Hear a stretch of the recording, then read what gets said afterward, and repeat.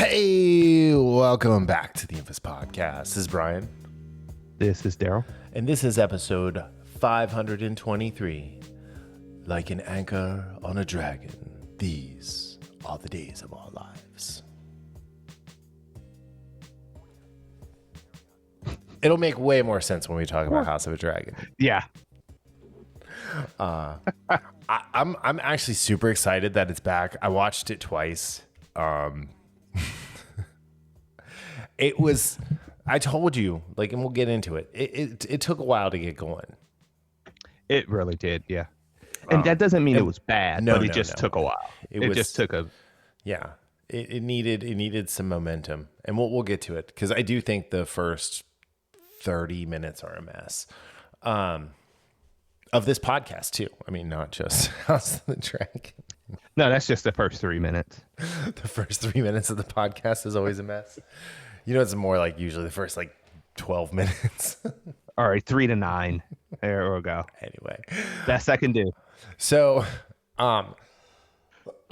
we're gonna switch to tech for a second. So Robinhood introduced agentic trading, where you can tie it to ChatGPT, Claude, or Cursor right now, and you can give it like full permission to implement trades.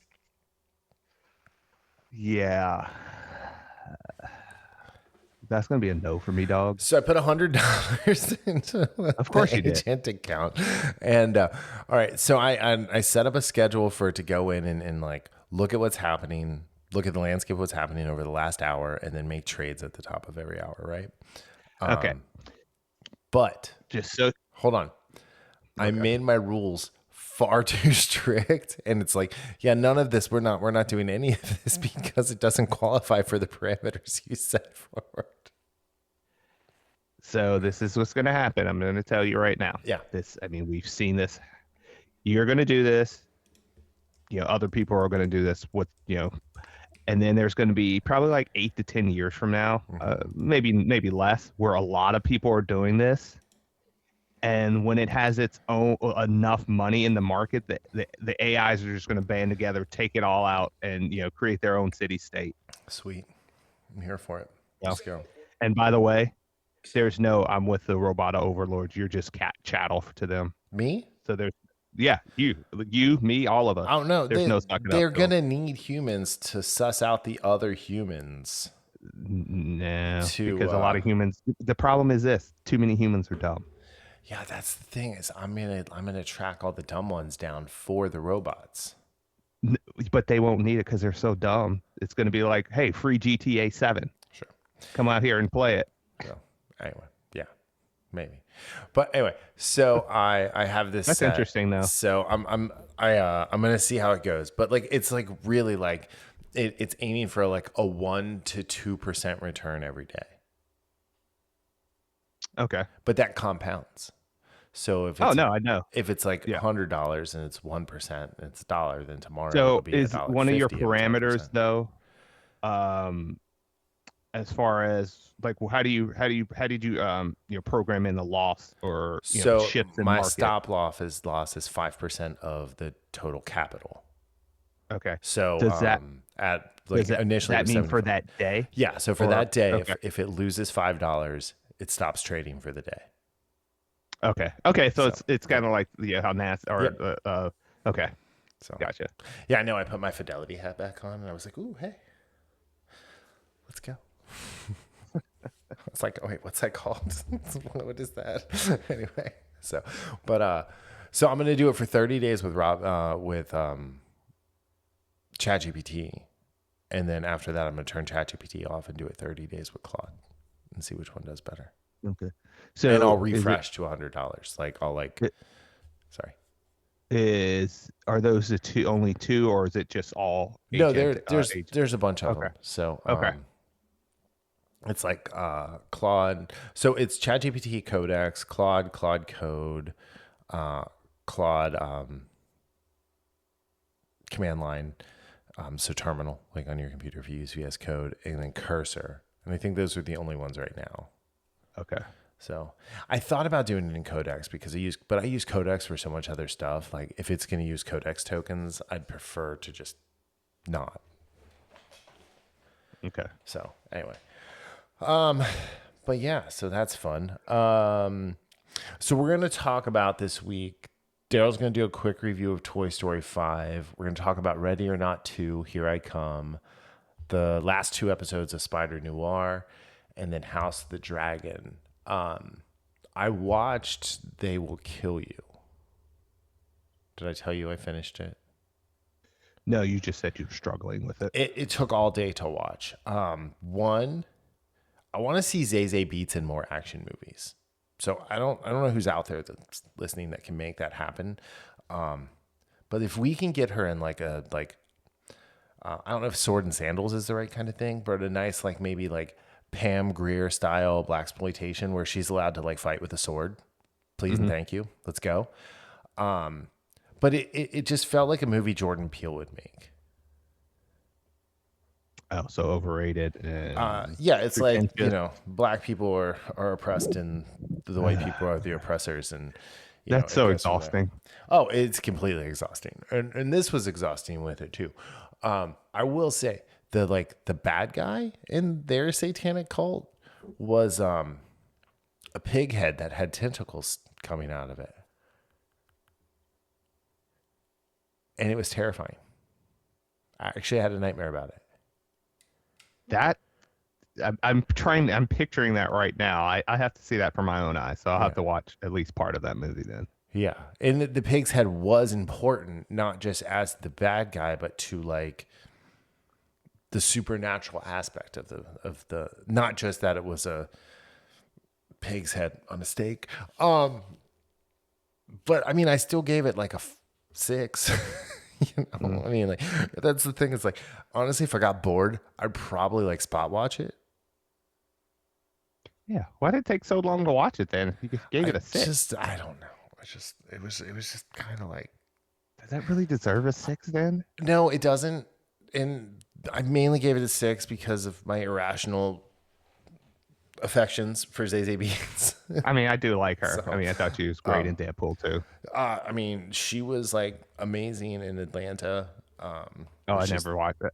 so, Yeah. Well, but I don't say I never watched it, but I rarely watch that. but But yeah, I mean, I like her as an actress. yeah. Sorry, but like, man, girl knows how. Like, she. I don't know if it was a stunt woman or if it was her, but if it was her, girl knows how to fight. All right, are Yeah, you I'm ready? gonna check it out. Yeah. All right. So, Daryl, you've got a friend in me. Randy Newman. Yeah, Toy Story 5. We toy so this was one of those things. So over the last 2 weeks, we've rewatched all 4 Toy Stories, and first 3 are great trilogy. And then the fourth one was a letdown, and you could see the change in the writing and what was becoming highlighted in the fourth one because that came out in 2019, and we know what was going on around that time. Toy Story 5 continues that story. It's probably anywhere between 3 and 4 years later. They never really say. We're just going by the main character, the main human, who's Bonnie, she's about 8 right now. This this was a lot better than Toy Story 4. And the message that they were, the hardcore theme was, we hear the statement, touch grass. This is about that, touching grass, not just getting lost in our devices. And when I say us, I mean, I don't mean, obviously it was for kids who, losing imagination, having sleepovers where there are 4 little girls and they're all on their devices instead of having fun and playing with dolls or running around the house and doing all sorts of kid stuff. That part really worked for me. And the main character was not, obviously Bonnie's the main human, but the main character as far as the toys, it wasn't Woody, it wasn't Buzz, it was Jessie. And that kind of makes sense because Bonnie, even in the fourth one, because it's a girl doll, it makes sense for her to be the one to latch on to Bonnie. And obviously Woody went his own separate way. So that was the way to, kind of like split Buzz and Woody up after the fourth one, which I actually really didn't like that they did that. What doesn't work is, again, we'll talk about this with House of the Dragon. It starts off pretty slow. There's some plot devices where if you've seen the trailer, you see this army of Buzz Lightyears, and throughout this movie, we keep going to their story, and it's like, why are we doing this? It does come around at the end.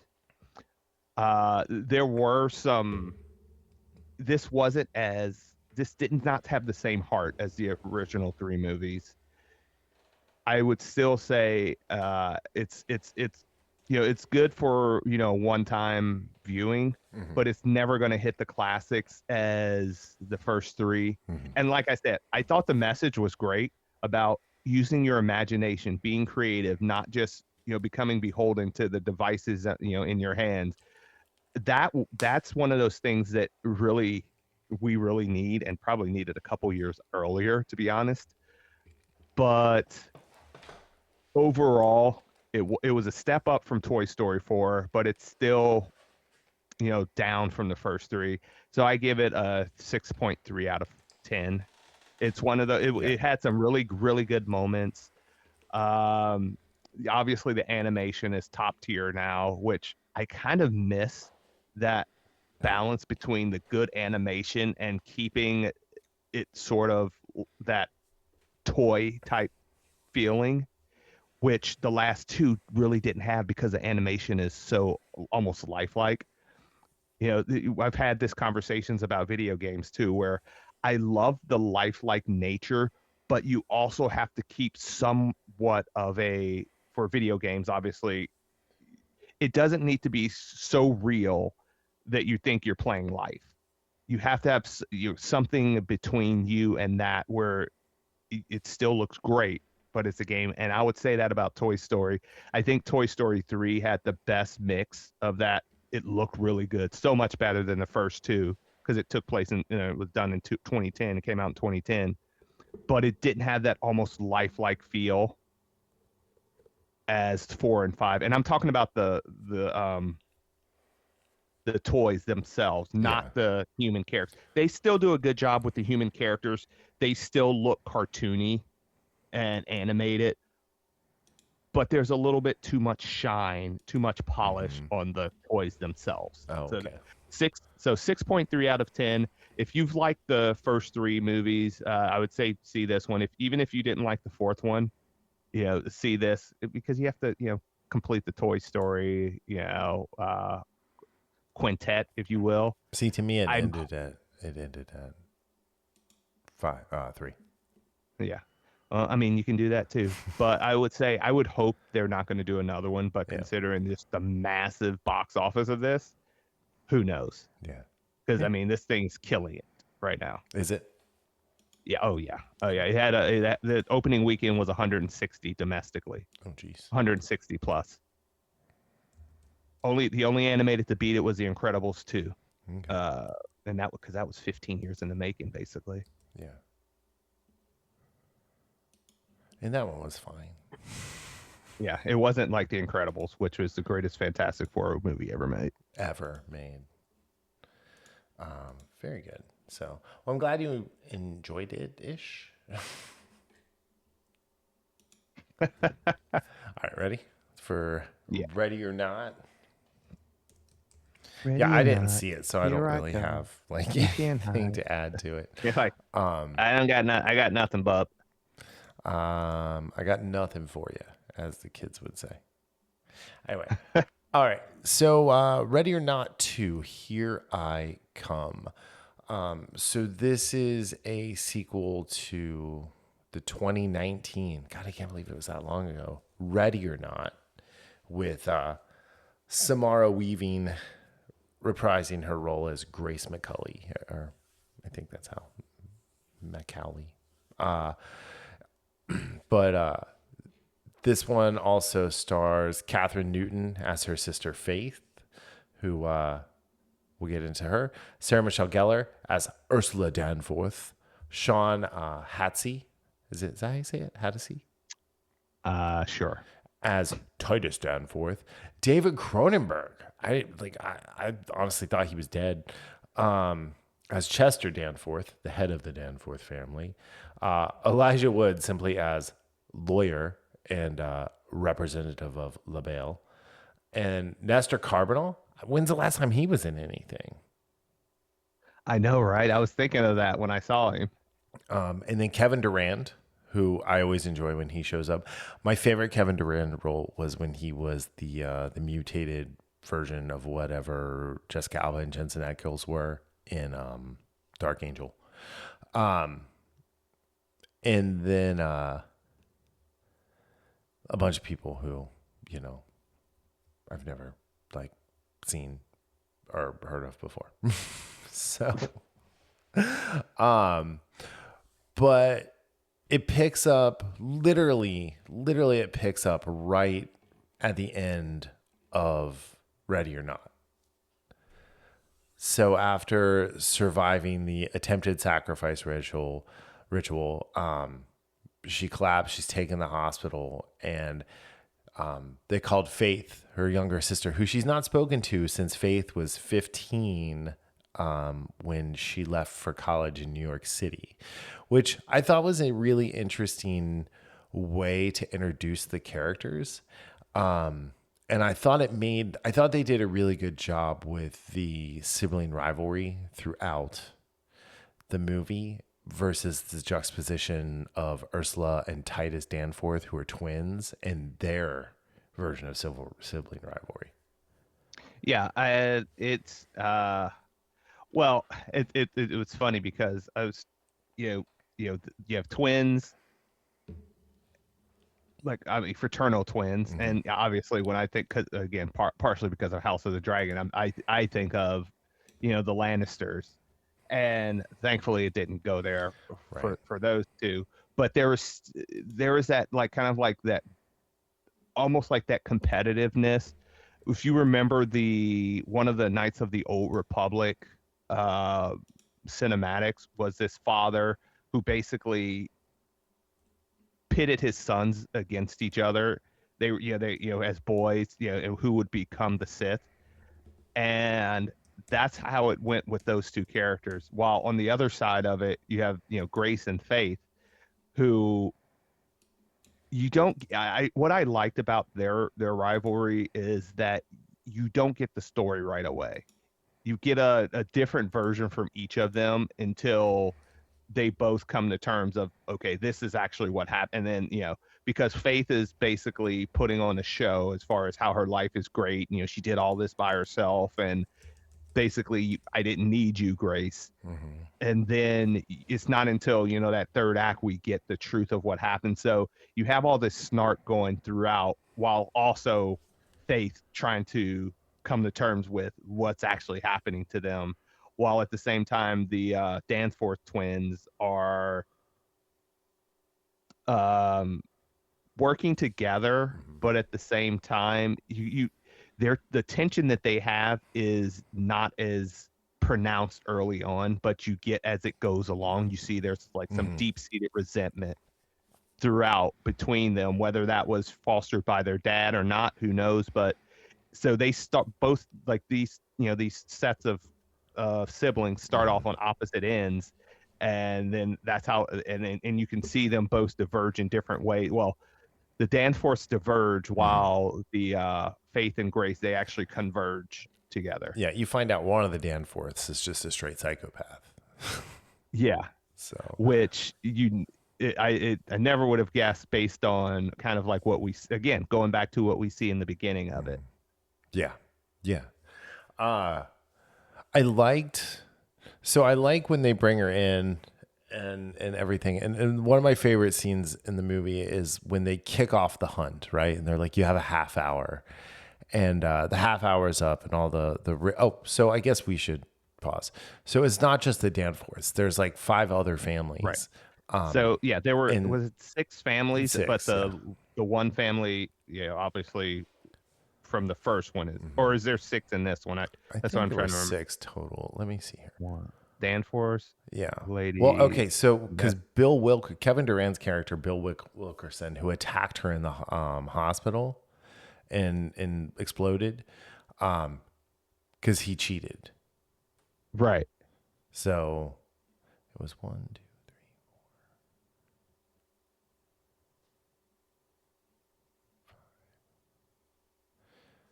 Yeah, like 5 or 6. So, and then LaBelle. But so when they all it's interesting because it's like whenever your family joined the organization, that's the weapon you could style of weapon you had to use during the hunt, which I thought was really interesting. And then when they all ran out, they ran out to these fancy golf carts to drive them down, and Titus had taken the keys out of all the other golf carts. Like, I just thought it was a great scene, right? Because they're like looking at their weapons, and you would think like the family members would have like really the heads of the family would have like learned how to use the weapon of their era the best. And really the only one that did it was the Asian lady, Olivia Cheng's character, Wang Chenxing, who is Wan Chenxing, head of the Wan family, which was also an interesting character. Because she didn't actually want to kill her. Right. I mean, again, you have to read the fine print. And so she's trying to worm her way into the top. But again, it's good for Grace and Faith. Mm-hmm. But at the same time, you obviously, what's in it, there's something in it for her. Right. I don't know. I thought it was fun. I also like the kill of the week kills. Like they were all kill of the week from Zombieland. like nobody had like a normal death. Now, I will say this, and this is one of the things where maybe I because of the movies that I've watched over the years, the whole exploding body thing is boring. It's good for a surprise. Yeah. Because the first one that happens in this episode, in this movie, is a nice surprise because you don't expect it. No. But it gets a little old. I wanted more creative kills. Mm-hmm. And that's where I think again, this is nitpicking. This wasn't the big issue I had with the movie, but I wanted a few more creative kills. It seemed like the first one had more, which, by the way, like you said, I can't believe that was 2019. Mm-hmm. Right. Jeez.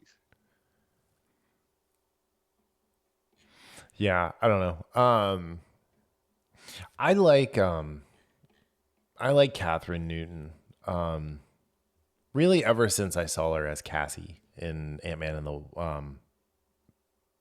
Ant-Man and the Wasp. No, she was terrible in. Wait, no, I didn't. Oh no, Lisa Frankenstein. That's what I first saw her in. Yeah, Lisa Frank. That's the name I'm of looking the movie. at Ant-Man and the Wasp: Quantumania. I'm like, did I? I never watched that. I still have never seen it. No, dude, actually, the first thing I saw her it. in was Freaky with Vince Vaughn. And like I was telling you, the Yeah. first thing I saw her in like years and years ago was Supernatural. She Right. played Jimmy, who was the vessel of Castiel. She played his daughter, and I think she came. I don't remember what season it was, but she ended up being a semi-regular, and they were going to do a spinoff. It says with here her. recurring role 6 episodes. Yeah, they were going to do a spinoff with her and a couple of the other girls on the show, and it just didn't gain traction. The backdoor pilot that they used, it just didn't work. Yeah. So They typically don't. no, they usually don't. Yeah. So, but I liked her. I mean, I've always like everything I've seen her in. I've liked her. Oh, so. she was in Detective Pikachu. Yeah. Okay. Pika. She was in Blockers. That's a highly underrated John Cena movie. But yeah, no, I just really remembered her first from Freaky with Vince Vaughn. It's the Freaky Friday thing, and then Lisa Frankenstein. I remember her from that. Anyway, I gotta say, like, looking at the movie as a whole, right? Like, it kind of starts off as like a retread of the first one, but all of the families are trying to get a leg up on the other families. So that kind of made it a little different. But then the lawyer, having LaBelle's lawyer there, played fantastically by Elijah Wood. Yeah, I liked his character. He's just dude. Like, Dude, I'm here just to make sure everything goes he's well. literally there to make sure they follow the rules. And when they don't, just his little shrug, like, well, you broke the rules. And then, like, the little just Elijah Wood quirks Yeah. was really good. I did like how, like, they all, like, some of the families understood the fine print, others of the families didn't understand the fine print. And I think that really helped.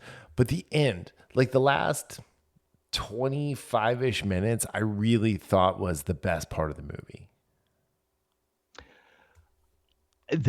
I will say this with that, I didn't like the end. Well, I just thought it was the most consistent. Like the but last 25 I like what was, or concise. Yeah. The most concise. I like what storytelling. led up to it, though. I like what, again, going back to the Danforth twins, the whole back and forth between them, as the switch in the power dynamic. That was my and what happened unexpectedly with them. That was one of those things where I was like, oh, I didn't see that coming. Do you think her friends got together and decided to resurrect her, even though she was in heaven? Oh my god! But yeah, I mean, if this was a fun time, don't get me wrong, but it's, again, going back to, like you said, it's especially started out where it felt like a retread of the original. And that doesn't mean it was necessarily bad or boring, but not as creative. Yeah. It did enough a little bit to differentiate itself at the end. Yeah. But it was still missing that, what I felt made the original special. I think it would have been a complete retread if it wasn't for Catherine Newton's edition. Yes. You know what I mean? Yeah, you had to have something for Grace other than her just running for her life. Right. And the fact that Faith kept the sword at the end, I thought was... Of course, you got to keep the sword. Yeah, I mean, it's a Hanzo Hamori. Hattori. Whatever. And they kept the goat. I thought that was funny, too. I that's one thing I saw when everything was over and the goat's just there, like, so what are you going to do with me? I was like, oh, they're absolutely taking the goat. They better. All right. So, out of 10, two sisters take on the devil and his minions with the power of spite. What do you give this? I give it a 6 out of 10. Again, it's one of those, I would say, hey, this is a good movie where, you just don't feel like really getting super involved with something from a plot standpoint, but you just want to have a little bit of fun. You can just throw this on, especially if you're a fan of the first one. Yeah. Like I said, I don't like it as much as the first one, but I still think it's a solid addition to this universe. I don't know if we're going to get anything else. Like I kind of hope we don't. I hope we don't, but if we do, you have to have LaBelle more into it and like involved. Right. But again, I think this is fine the way it is as far as two movies. Just cut it there. But yeah, 6 out of 10. Yeah, I gave it a 6.66 out of 10. Interesting. I mean, it is a devil movie, and it definitely wasn't a 7, but it also wasn't, that bad. We did not review the first one. Oh, that's funny because I was just checking to see if we did. The first time we talked about it was in episode 505 for Coming Soon movies. That's Ready or Not too. Yeah, we never even talked about it on the podcast, unless it was just in passing, like in a, banter section. Which it very well could have been. It very well could have been. Just a section with some banter, which is all, But yeah. So, yeah, well worth watching. I don't think it's streaming anywhere yet. So I think it'll probably be Netflix first. Anyway, all right, you ready to move on to the next one? Moving on. Moving on up. All right, Spider-Noir, the penultimate and the finale episodes of the season. This show definitely got way better, and I can confirm if you watched in color, his spider webs are black. Oh, okay. So you did checked it out. So when he was fighting the guys in the bar in episode 7, when he was drunk, I was like, you know what? And I switched it over and I rewound it and rewatched that scene, and yes, the webs are black. Oh, okay. So I know because we talked about that last week, and neither one of us really wanted to look it over. I was fine with the way this ended, and honestly, I'm fine if they don't do this again. I love this show, and you'll see in my rating for the season. I think it's perfect, just as a one shot.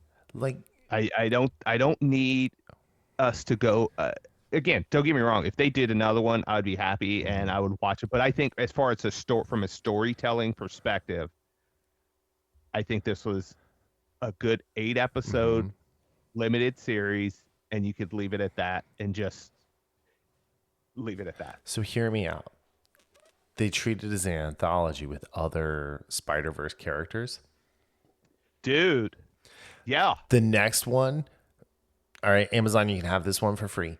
John Mulaney's walking down the street, gets bitten by a pig, turns into a pig, gets bitten by a spider, gets Spider-Man powers. And he's the only thing that's animated in the real world. That would be great. Right? I was going to go with Penny Parker. No, you do her later. Like, you do Spider-Ham next, because you got to give a little palate cleanse here with some spaz, with some sass, not spaz. I don't know. I didn't even think of that, but I do like the idea of it being an anthology of the other Spider. Right, but how funny would it be? It's John Mulaney himself playing himself, right? And then he's like, "Oh, just call me Peter Porker." That would be awesome. Like you don't even have to do 8, just 6 episodes. Yeah, that would be fine. And you can spend the first 2 episodes of him learning how to be Spider-Ham and trying to go back to being John Mulaney, and then finally just giving up on John Mulaney as a thing, and just the last 4 episodes are just him fighting whoever, whatever villain you want to give him. I think the Vulture would be great. Let's do that. Okay. I just as I was watching, especially when they had the antidote and everything, I was like, oh, hey, wait a second. This would be so cool. Yeah. Penny Parker was definitely up there. I would sorry. Sun Spider? The Sun Spider would be cool. Punk Rock Spider-Man. Do you know who the Sun Spider is? I was joking. No. Who is Sun Spider is, and I'm not shitting you. I thought it was Charlotte. The Indian kid. No, oh no, that was I loved him. Yeah, but no, this is the Spider. Her name is Charlotte Weber. That's her name. Okay. And she's the Spider. She's the one that uses crutches. Oh, yeah, fine, sure. I was joking, but we can do her down the line when when they want to win an Emmy with all the DEI characters. So do Spider-Ham, then do Penny, then do the Indian guy, then do Spider-Punk. Yeah. And then just don't do any more. Yeah. So to be fair, the Sun Spider Charlotte Weber was created by a disabled fan, and then they actually brought due to a contest. Yeah. And then they decided to bring the character into the comics, which was, Miles Morales was made by a disabled fan. and Brad Michael Bendis. I mean, he's mentally retarded, allegedly. Man, talk about a guy who lost it. Anyway, okay, so I really liked how Robbie's trying to help the metahumans throughout this. I liked how Kilowatt, what was his name? Megawatt. Megawatt. Just call him fucking Electro. I'm just gonna call him Electro. How Electro like really didn't want to give up his powers. And I liked seeing the spider fight. And I'm sad it took this long to get an episode of some action where he's fighting the guys in the bar, and then the actual fight at the end of the series. Yeah, because the fight he has earlier with Megawatt is just like it's not even a big one. And, No. and again, he's trying to find his balance again anyway. He's like Stella, and he needed to go to Jamaica before he had that fight so he could get his groove back. I didn't see Tay Diggs in here. I mean, so who played Tombstone? What was that kid's name? Oh yeah, because I think he was in The Creator. So Lonnie Lincoln is the character's name. It was Abraham Papula. Papula? Is that how you say it?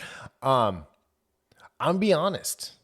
Like, I kind of wish they would have turned him earlier, and then he could have been in the movie more. Oh, he was in Ballerina.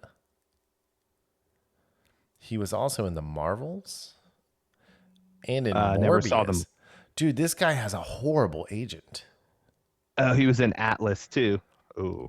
Oh, jeez, homie. That's what I remember him in, Atlas. No, not The Creator. So he's in Slow Horses. I haven't watched that one yet. It's on Apple TV. He was in Andor. He played North One. I don't know. I do remember him in Andor. I obviously don't. So he was like, I obviously don't. At this point, I'm just being completely just irrational about not watching that. I mean, I really want to watch season 2, but I just haven't. I don't have the urge. You know, it is what it is, man. He was in one of the episodes of Electric Dreams in 2017. Anyway, I wish we would have gotten more of him, because like him and Lamorne Morris is Robbie. Like, they had an actual chemistry there that, like, the only characters that had that same kind of chemistry were Ben and Ruiz. Yeah, I did like their back and forth. And this is the thing. And again, I said this last week, I think, where I talked about how, hey, this is set in the 20s. You know, Robbie is a reporter, and there obviously is racial tension. There has to be in that. Yeah. But they did it in a way that respected the idea of what these characters are going through without just plastering it across the screen and just completely taking over the show. Yeah. Because Lonnie makes some comments about, you know, what it's like, and, you know, coming back, and how, you know, how because they were, you know, he was a black soldier, they were in different regiments, all that stuff. But it worked well because they did not make that the centerpiece. Right. It was just a thing that happened to him, and it did scar him, but at the same time, there was nothing preachy about it. It was just like, hey, this happened. This is what's going on. And I thought that's what I liked. And that's the example of, hey, you can tell stuff, you know, that's going on, whether a race or gender thing, without making it like a step on a soapbox preachy bullshit that too many of Hollywood does right now. Or they're doing it less, I think, obviously, because they've reaped the whirlwind. But I really liked his character, and like you said, like the back and forth, and then the true like connection that those two guys had. You know, similar in the sense of going through similar things but vastly different backgrounds. Right. I mean, I didn't see Lonnie eating like a ketchup sandwich, so he might have been a little bit better off. Yeah, That was maybe. pretty gnarly, by the way. Yeah.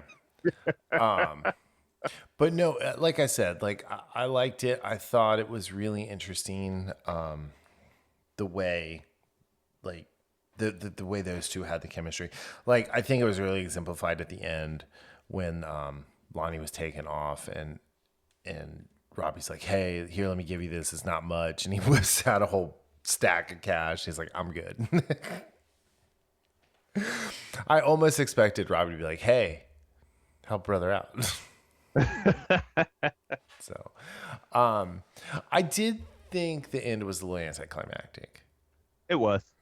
which is fine. I mean, it's. I think it was supposed to be because then the end was not the goal of the show.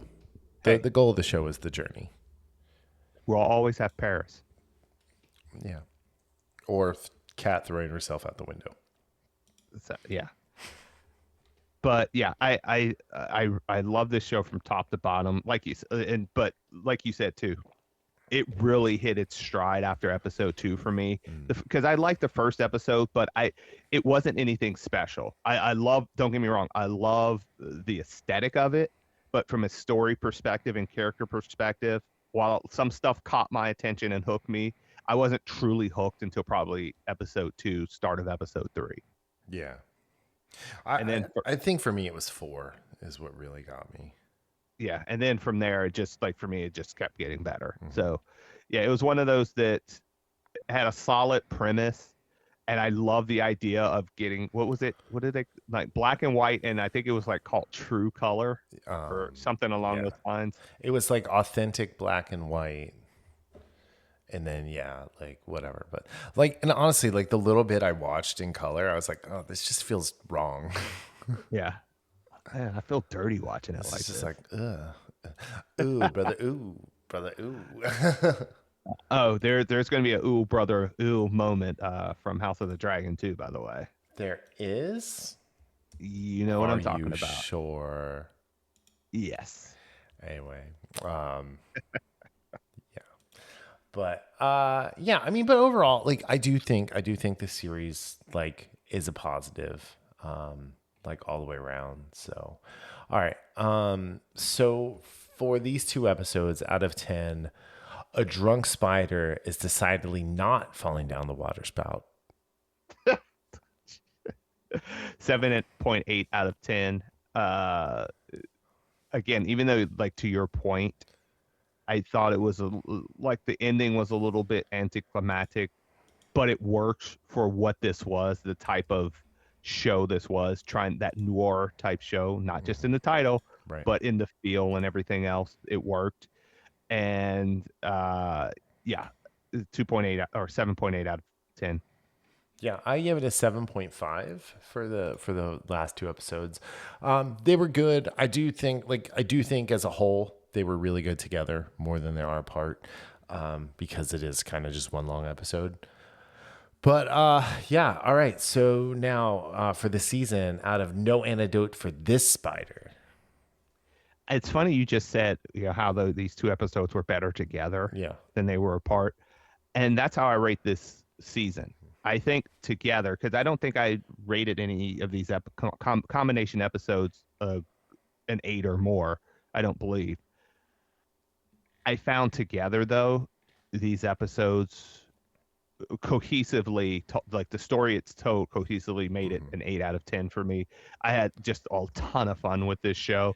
It was of the level where I was forcing myself not to kind of binge through it. I'd say, okay, I watched an episode, I'll watch the rest in the tomorrow morning or what have you. So 8 out of 10. Nicolas Cage was perfect for it. Like the supporting cast was great. I thought it was Brendan Gleeson is Silvermane was a compelling villain, and the other parts of the Sinister Six or the Terror Trio, whatever you want to call them, The terrible 3. they did their job very well. Yes. So overall, I gave this a 7 out of 10. Um, I think it got better as it went. Um,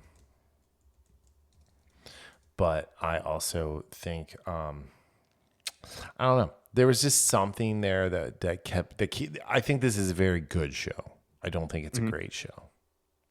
No, yeah, it's You a know. very very good show. Yeah. But it's yeah, it's. I guess you could say a show like this could be great, but what was great about it was the cinematography, or just the aspect of the black and white, the way they captured the noir aspect of movies and TV shows that were written in that time, or not in the 20s, obviously, but in the 50s and 60s. Right. The noir type movies and the noir type shows.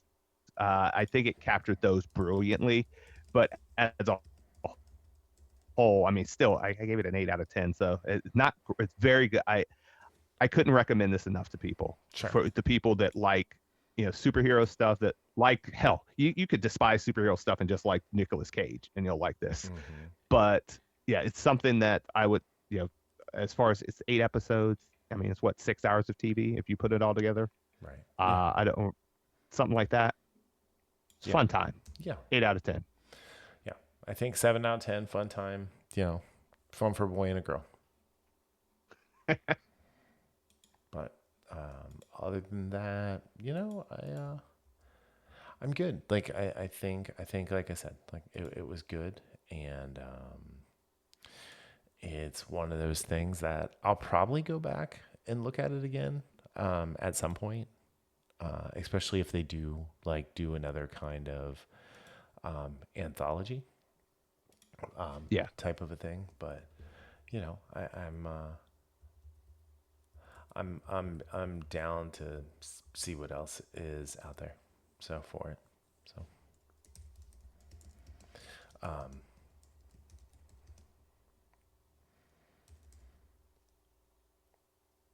but yeah. All right. Okay. Are you ready for the main event? The finale, The finale of the which is episode.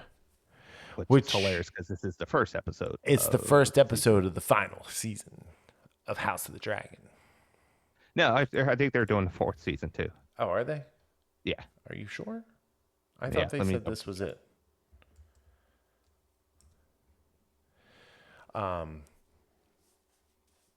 Let me make sure. Yeah, it's a new for a fourth season. Oh, okay. Which So will a be fourth the and final conclusion. season. Oh, thank goodness, because they have a lot of story to tell.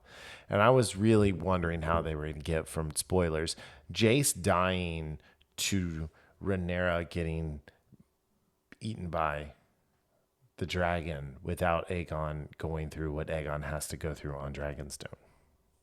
Yeah. But yeah.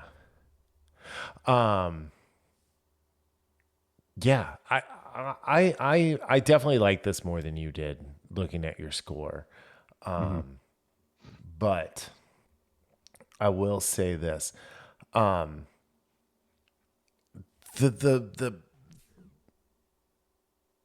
having gone back and watched a little bit of the first season over the last couple of weeks, like the younger girls who played Alicent and Rhaenyra are so much better at living in those characters than the adults are.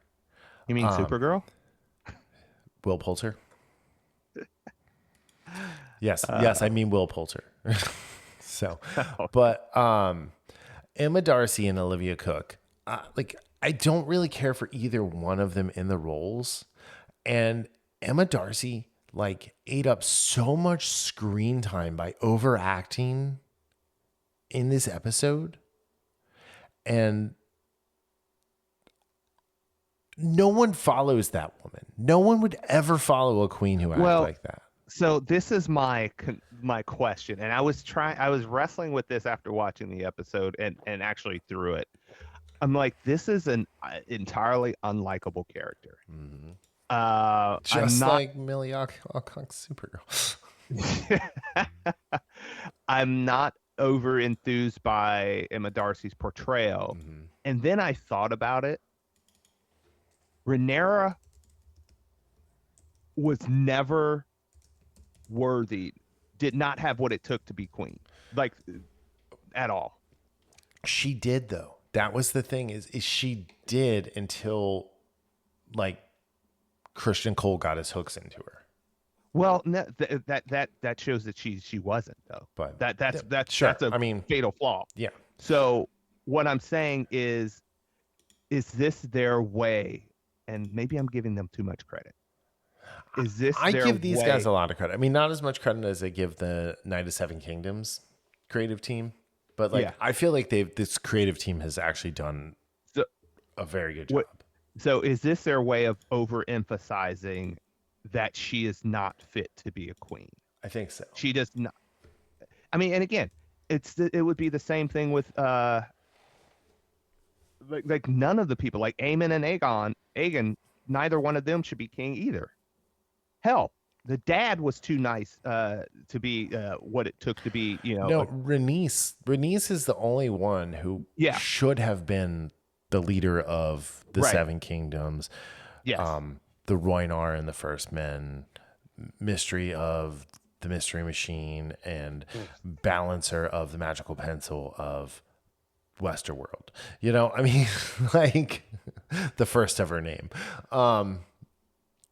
Yeah, there's a lot of people on this show who like have no business being anywhere near leadership Well, roles. I mean, another example, it's going back to the original Joffrey, or hell, Robert Baratheon didn't deserve to be king.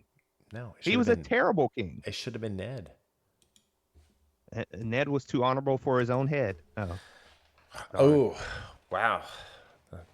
I mean, it's been 15 years. That's It's coming not too that's soon. coming a little off the top there. So anyway. But I will say the stuff that this show does well. I think the stuff that this stuff does better than Game of Thrones. Costuming, I think, because they have to deal with more of the Targaryens and that kind of stuff. Just the landscapes, like So this because they spend so much time at sea is interesting because like they make Dragonstone look lived in. And yes, I Yeah. understand Dragonstone wasn't lived in for a long time in the show, but they make it look like a place that people could actually live. So I will somewhat disagree with that. That's fair. What I wholeheartedly agree, the look of the dragons, incredible. Like, and again, season 1 they looked okay. There were moments of good, but this season, it's been one episode. Yeah. Watching them in flight, watching them, interact. I mean, it's really, really good. What I tend to disagree with is that more of, and again, I guess I can't say for this because this is only one episode, but the first 2 seasons, there were too many times where you were looking at a green screen and stuff. While in the original Game of Thrones, most of the stuff, especially early on, was on location. And you could tell that there was a difference of everything, of lighting, of depth, of feeling lived in. And the costuming, I think, was great too in Game of Thrones. I think it's just as good, but I will say we have more variety because we're doing more stuff with the Targaryens. So it does add a nice little addition, some additions that we didn't have. One thing I just still can't get over are Corlys, the hair pieces for Corlys and his daughters. Like those are, they take me out every time. I mean, it's like Dany's hair in the last couple seasons. But like Millie Alcox was the one whose hair was the worst with her helmet. Well, I actually do want to see the live action Moana because it looks like it's a shot for shot remake. But my God, that hair of Moana. Moana 2016. But my God, the hairpiece on the rock in that movie looks so bad to me. Yeah. So bad. But again, and there was a couple scenes like in the sea battles. Don't get me wrong, the ships coming up, breaking apart, that in the climactic battle was great. You just felt the peril everyone was in, which you don't always get in shows. I thought they did, but there were some moments of CG where like, okay, that doesn't even feel real. Yeah. But that was like early on. Uh, and I really like Corlys as a character. Yeah. So I really do. he's got such a more interesting version of his character at the end of Fire and Blood, especially as the Starks become involved. I thought that was really cool, the way the Starks introduced themselves, Mhm. because Jace has the pact with, oh god, which Stark is it? Oh yeah. Anyway, with King Wolf, um, and so what the North did, because they want to muster a whole army, they basically, because winter's coming, and they gathered up all the old men and all of the third like sons and younger type of a thing, and they sent them down immediately to fight. And these are like all like veterans and young kids who they're not going to survive the winter anyway. So now they get to go and die with a purpose, which is why we're like, we're here to die for the queen, and not fight for the queen. And dude, Matt Smith's like, we have lions to hunt. It was just such a cool fucking scene. Yeah. His Cregan start. Cregan, thank you. And so Cregan, and this is gonna be a huge spoiler if you haven't read the books, Cregan gets to King's Landing after everything. They missed the war completely. But Haven't missed the battle? You've missed the war. exactly. But when they get there, he like looks around at what's happening and he's like, all right, fuck it, I'm in charge. And basically rules for like a week. It's like, it's everything the Starks are supposed to be. I'll leave it at that. So Rain, like, here's the thing that bothers me about this. One, Rhaenyra. Two, Rhaenyra and Sheep Stealer. Three, the lady who is in charge of the Triarchy. I could not stand her. One, she looks like a Timu Tilda Swinton. Oh, by the way, that So. it is a trans woman. Oh, You're not surprised, are you? no.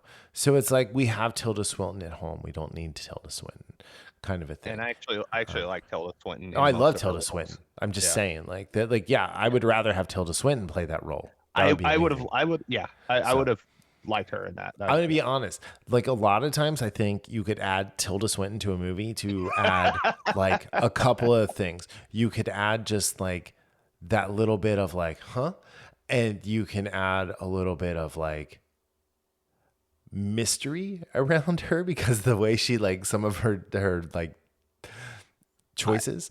I don't. And two, like, she's just a really good actor. Yeah. Oh no. I think her. The first time I saw her was in that movie, The Beach, with DiCaprio. Oh yeah, But I was gonna say Constantine. I really liked her in that. she's great in that. I think it was The Beach is the first time I ever saw her in a movie. Yeah. Yeah, 2000 The Beach. That's the first. I'm looking at her. Yeah, I don't remember any of these other movies. And then Constantine. Yeah. Yeah. So Abigail Thorne plays her. Okay, so it says here, in the Game of Thrones universe, Shikaro Loire is a Lanise admiral of the Triarchy who appears in House of the Dragon, while the books depict Loire as a male who commanded the fleet of the Battle of the Gullet. The television series adaptation merged the character with Raciello Rendune and portrayed Loire as a woman who is gendered as a man by society due to her leadership role. So she's not trans necessarily. But No, the actor. The actor played by Abigail Thorne, who brought a queer gender nonconforming interpretation of the role, noting that Laura has several wives and defies traditional gender expectations. This is why husks should not be allowed to talk other than when they're reading scripts.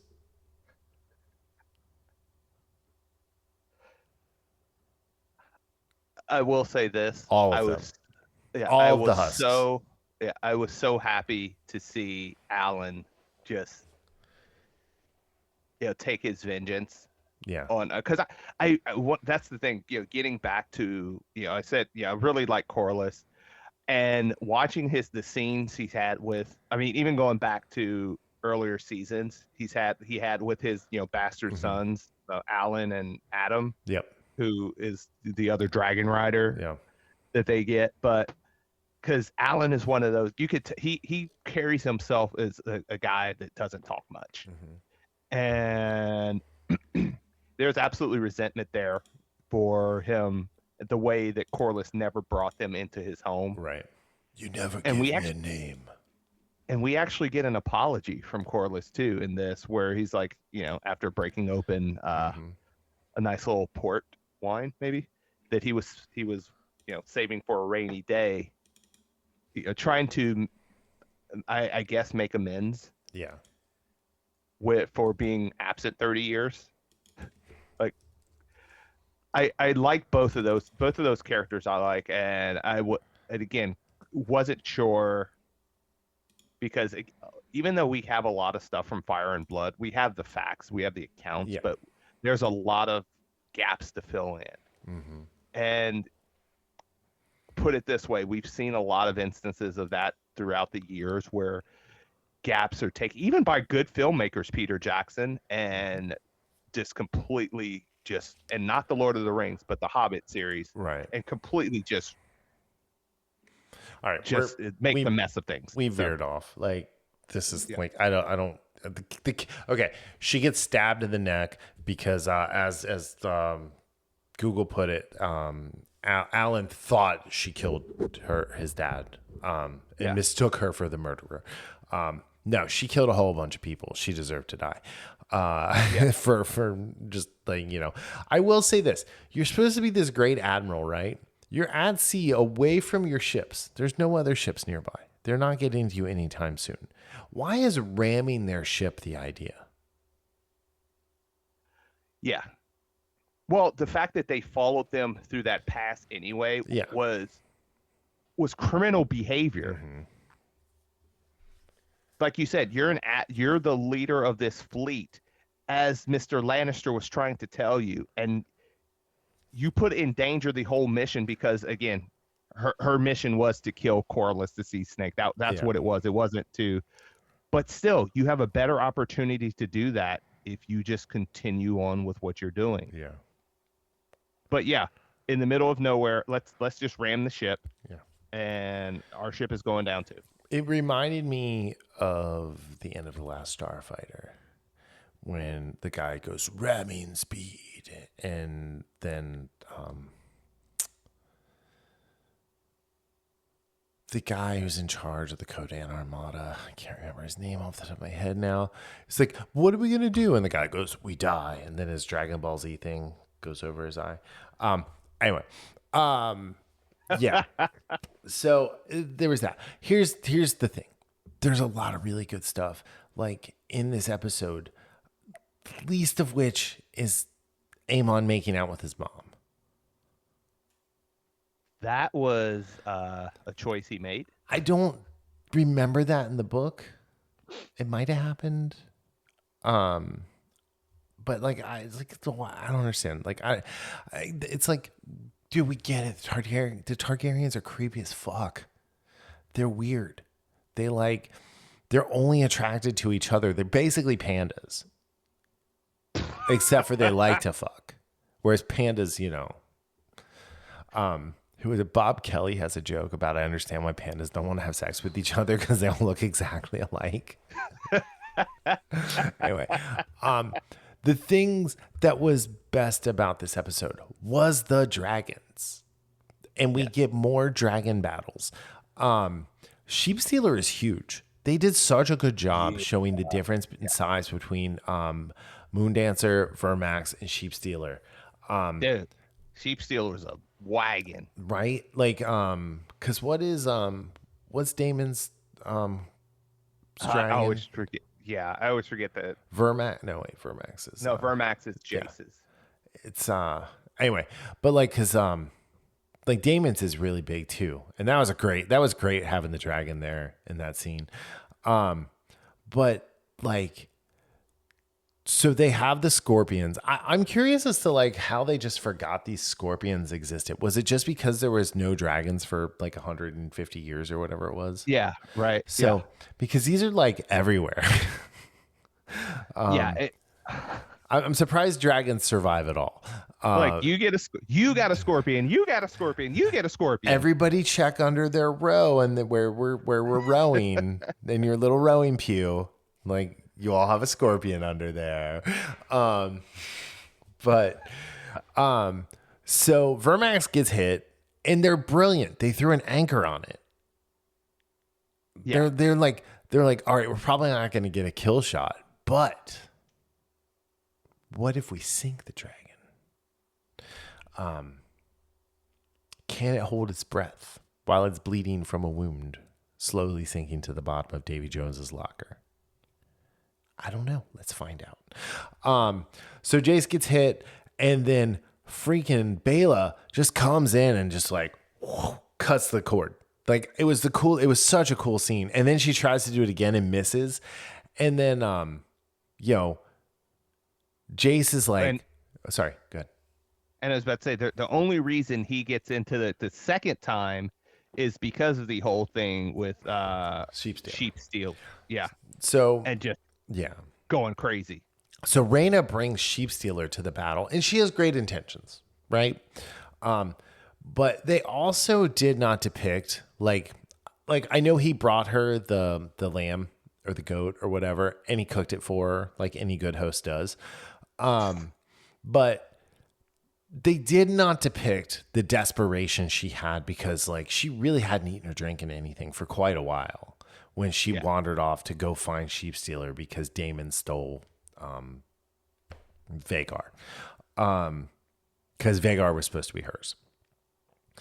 And, she's trained. She understands what she's doing. She's got all the commands. She does not have a bond with Sheep Stealer. In the book, she doesn't have a bond with Sheep Stealer either. She eventually gets it. But, like, the bond with him is tenuous at best. But the problem is he's never seen another dragon. Yeah, and dude, just what happens when you're thrown in a situation where you can breathe fire and you have no idea what the hell's going on? Right. You just start breathing fire everywhere. You kill everyone. Let the paramedics sort them out. Right. What's that from? Oh, the program. Yeah. It's like, come on, you know that. You kill them all and let the Pandamerics. You're back on the pandas again. Anyway, let the paramedics sort them out. Hey, I know now you killed my mom. I'm gonna bust your gut and watch you die. Anyway, but no, it was really cool. And then because they're still like, Bela and Jace are still going around like lighting bitches on fire, like doing what they need to do. Bela's dragon Moondancer does a really... Dude, Moondancer's situational awareness might be next level for any dragon I've ever seen because it like felt that scorpion bolt coming at her and she was like, she just like dipped her shoulder a little bit. Like, I got this. She did a daredevil. I'm still like full speed. I'm coming right back at you and you can shoot what you want at me. You ain't going to hit me. I'm here. No, I'm not. So,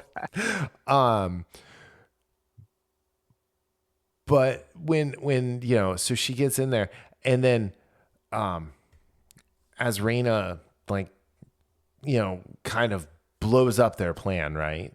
And then Sheep Stealer is like, I've had enough of this shit and just flies away. Yeah. But not after Vermax gets hit again with the scorpion. And this time there's no one there to help because Moondancer's too far away, and when Rhaena gets there, he's kind of low and she misses. I thought Jace should have really unhooked much sooner than he did. Yeah, I thought so too. So, but maybe that's like his inexperience with, because I mean he's only 16. Yeah, and don't get me wrong, he has the experience in the sense of with his dragon. Mm-hmm. But in a like you're talking about situational awareness. Yeah, with battle. Yeah, he's not totally battle hardened. But then he becomes a pincushion in the middle of the ocean. Yeah. I will say when he got hit with that second bolt in the neck, that looked so fake. Right. It didn't have weight to it. It's like, So, come on, take one for the team. Let him shoot you for a rhythm. just shoot him. You'll be fine. You'll be fine. Fine. You'll just survive. under the collarbone. You'll probably survive. You'll probably survive. See, this is but why look how good it'll be on film. Here's the thing. This is why we think need of that. Just okay, hear me out. This is my my pitch for why we need cloning. We clone actors so we can do that kind of stuff. Did you ever see The Prestige? I mean, that doesn't end well. I have The Prestige. I've never watched it. But it's on my list to watch. Yeah, I'm it's gonna kind of watch it disturbing at some when you point. think about it. But like I've been spoiled about it because it's like a 20-year-old movie anyway. But like I know he just clones himself, and then there's two versions of him running around at any given time. Spoiler alert, people. Anyway, it's a 20-year-old like movie. That is a 20-year-old movie. Yeah. If you're upset about getting spoiled by a 20-year-old movie, I've got literally nothing for you. Nothing. Like zero. Just read books. By the way, Paul gets prescience at the end and then becomes the emperor. Have you finished Children of Dune yet? No. Okay, I'm not gonna spoil it for you. I am probably 3/4 of the way, maybe. So, are you gonna go on to Heretics next, or God Emperor? God Emperor's next. Oh, I don't. I was about to say whatever's next. I don't know what's next, but you got it. You have to because you said those were fine, didn't you? I love them. They're pretty good. They're a different vibe altogether. I actually prefer Leto. Anyway, so Jace gets like just shot full of arrows and pin-cushioned, like pin-cushioned. Pin-cushioned. And drowns and fade to black. He looked like Custer's last campaign hat. Right.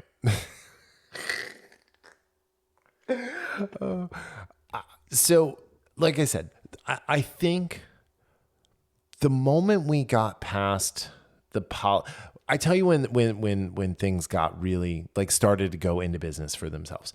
It was when Aegon and Loras got captured. Yes. That's when things turned around with the episode, because before that there was a lot of Alicent, Olivia Clarke, like looking scared, and a lot of Rhaenyra like talking to herself about how great she is and crying. Yes. And neither of those two things were interesting. Now, that being said, let's get to the ratings real quick. So what did you... Where'd it go? There it is. So out of 5, Sheep Stealer's a real dickhead. What did you rank this? 3.8 out of 5. Good start. 10 there. 3.8 out of 5. A really good start to this season. It took, like you said, you warned me because you watched it before I did, about how it takes a while to get going. It's like a train. It takes a while to get going, but once it does, it's hopefully this is the same way, and it's hard to stop, and it just carries this momentum throughout the season. But I'm glad this show's back, and I'm looking forward to seeing how things play out from here. Yes, I agree.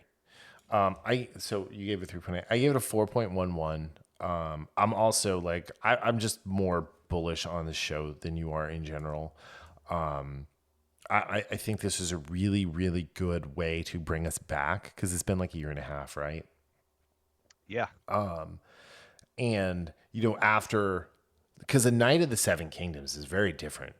Like it's very different from the rest of them too, as far as like how it's kind of actually wholesome.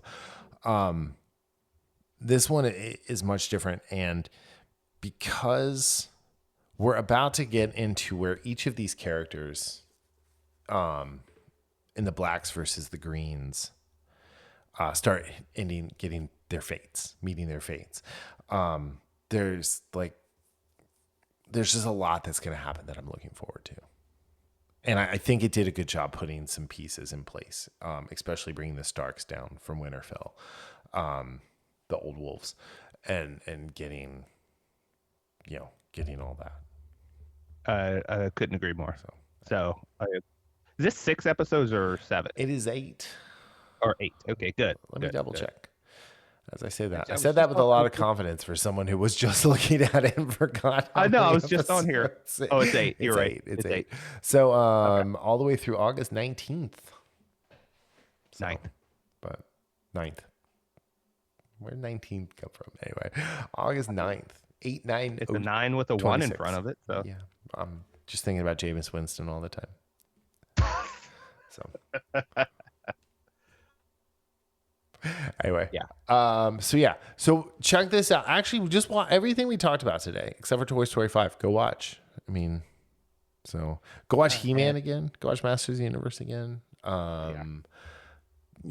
If you're on the kick of the Ready or Not stuff with Satanists hunting down pretty girls, go watch They Will Kill You.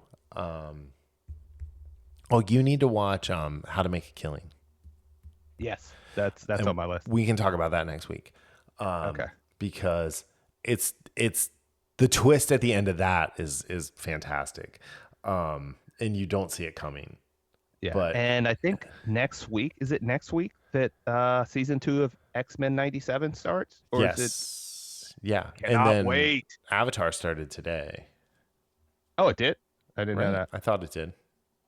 The 25th, right? Yeah. Okay, so that would be today. So we'll be back with that, and maybe we'll go watch Supergirl. Yeah. I don't know. I think I might take Haley to see it this weekend because she was interested in it. I was like, Haley, I said, we have Guardians of the Galaxy at home. You don't need Guardians of the Galaxy.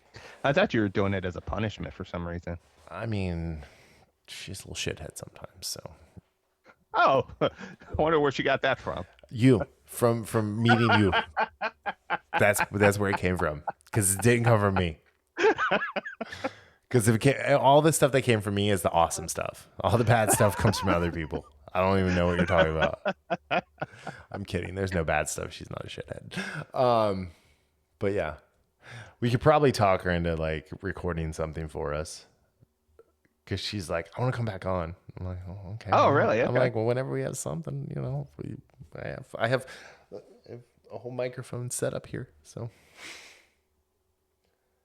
I have 3 microphones that I'm looking at that aren't hooked up to anything. So anyway, all right. Anything else you want to add? Nope. Just I am looking forward to X-Men 97. You know what? I think I'm going to rewatch season 1 this week. I've been rewatching Gambit Dying. The name's Gambit. What a scene. Remember it. What a scene. What is it? Absolute cinema? Absolute animation. Yes. Because it's animated. Because the cards are always in my favor.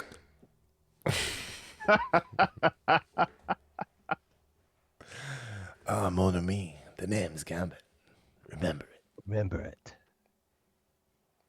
I hate that they compare that to Rexplode. Who does? Like people online. People are like, oh, they just copied Rexplode. It's like Gambit has done that before in comics, before Invincible ever existed. Okay. Tell me you don't watch or read much, and you're only watching Invincible and know nothing else about comics without telling me. Yeah. That was a long-winded way of saying that, but yeah. So anyway. All right. Well, on that note, we will be back next week with a whole bunch of content. We're getting into the summer. New stuff's coming out. New movies, new shows, all that good stuff. Batman, Absolute Batman is getting turned into an animated series. Maybe. Oh, really? And I'm here for it. Yeah. And then Nightfall is coming out as a trilogy. Yeah, I just saw the trailer for the first one. It looks good. The only thing I don't like about it is Bane's voice, but we can get into that later. It's better than Tom Hardy. I was born in the darkness. You merely adopted it. Watch your whore mouth. What? I said, watch your whore mouth. Tom Hardy's voice is awesome as Bane. Tom Hardy's voice is Bane. Sounds like he's a villain from the 30s who's twirling his mustache and he laughs like this. Mwahaha. Do you feel in charge? Anyway, on that note, we'll be back next week. Have a great one, and remember, be infamous. The Infamous Podcast is recorded in Kings Mills, Ohio, just north of Cincinnati. You can find new episodes every Sunday on Apple Podcast, YouTube, Spotify, Google Podcast, our website, or anywhere podcasts are downloaded. This show is hosted by Darryl Jasper and me, Brian Tudor. To find more information about the show, visit us at infamouspodcast.com and follow us on Facebook and Instagram at Infamous Podcast to keep up with the show. We also have a Patreon page, patreon.com/infamouspodcast. We have some great rewards for our patrons and are looking for help to grow the show to bring you more of the content you want to hear. Music for this podcast is provided by Michael Henry from meetmichaelhenry.com. So, whenever you're listening to us, have a great day, night, evening, weekend, whenever it is, and we'll see you next time. Thanks for listening.